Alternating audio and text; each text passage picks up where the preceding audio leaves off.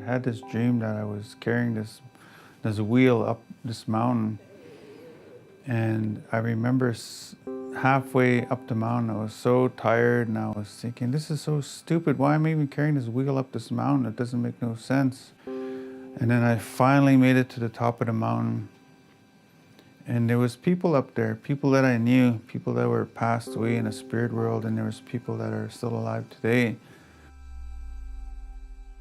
They were up there and they were shaking my hand. There was one person with his head right down and his hair was down, and he looked really angry.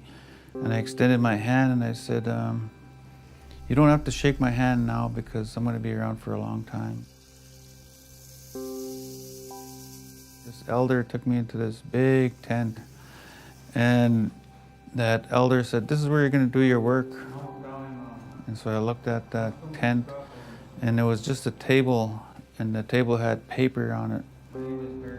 And it looked like somebody was going to do a workshop. And I shared this dream with my wife, and she goes, well, that's your purpose in life. You found your purpose. I'm really passionate about the medicine wheel. In that circle is the mental, physical, spiritual, and emotional part. I really love what the teachings are behind them, because it helps me to grow as a person. It helps me to understand more about my body. It helps me to understand more about the spiritual life that I live. When I hold that ego feather and I talk to other people, I'm talking about what's inside my heart, and that's what's really special.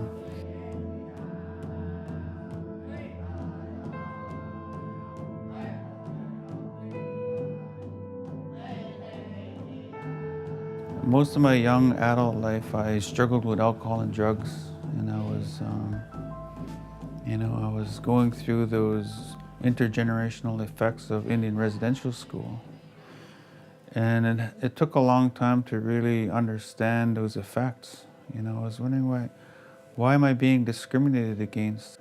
Why are things the way they are? When I learned how our indigenous people were there was an attempt to get us erased from humanity. And when I learned what was going on, it took me a long time to actually know who I was.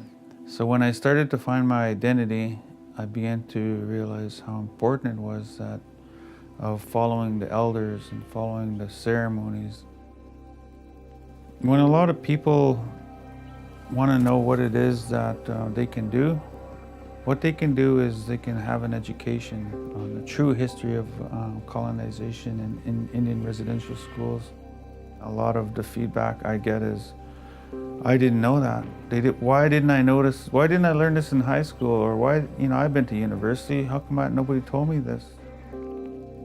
When we as Indigenous people create these programs and indigenize our programs and do it respectfully and consulting with the elders and asking the Spirit to guide us and to help us to do this work, it really makes our program really, you get more of a better understanding, I think, when that smell of sage is in the room and we do our songs, and we do those prayers, something magical happens, and I think that's that spirit of the medicine wheel.